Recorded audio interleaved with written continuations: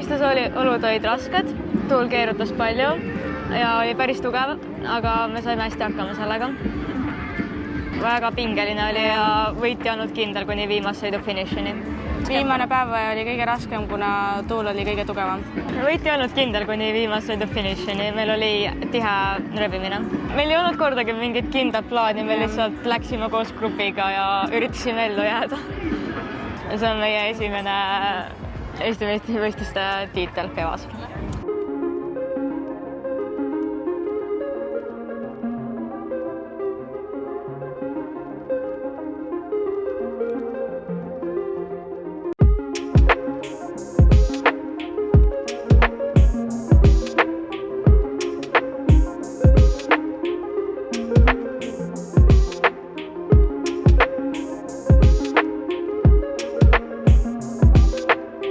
Konkurents oli ikkagi olemas ja ikkagi saime teistega võidu madistada seal, aga sõiduvõite tuli ikka kuhjaga ka.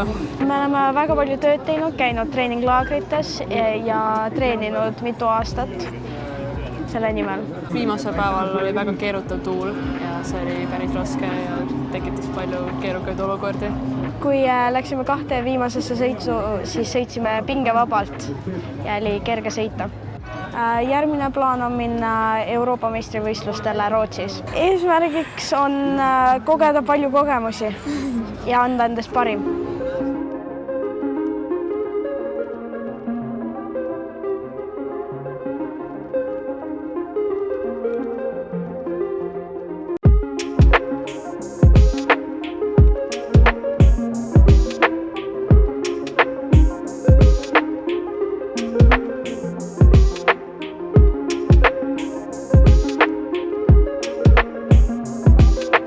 Tallinna on alati tore olla, tänud õnnitluste eest, et siin tõesti esimene võistlus meil koos Lassega.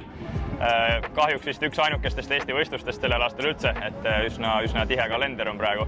Aga see nädal tegime Eestis trenni ja siis klappis väga hästi, et saime siin regatil ka osaleda ja ikka on toredam trenni teha, kui teised paadid on ümber ja teised olid tublid, et olud olid üsna tuulised, et seetõttu olid need vahed suhteliselt suured, aga me nautisime nädalavahetust siiski. Kuidas on uue soodimehega võistelda?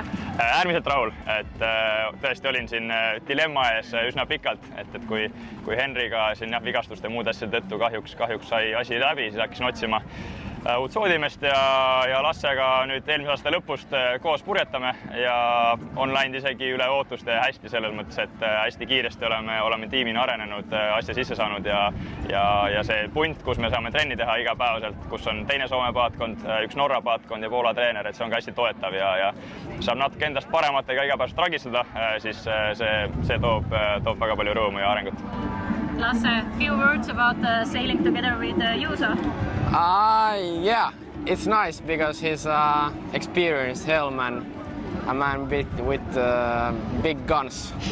So and the humor is also all right, and that's a big plus for me. What are the next competitions? The World Championships in Hague and some Olympic spots will be given there, so that's our main event this year. In Hague, we're going to try to qualify for the Olympics.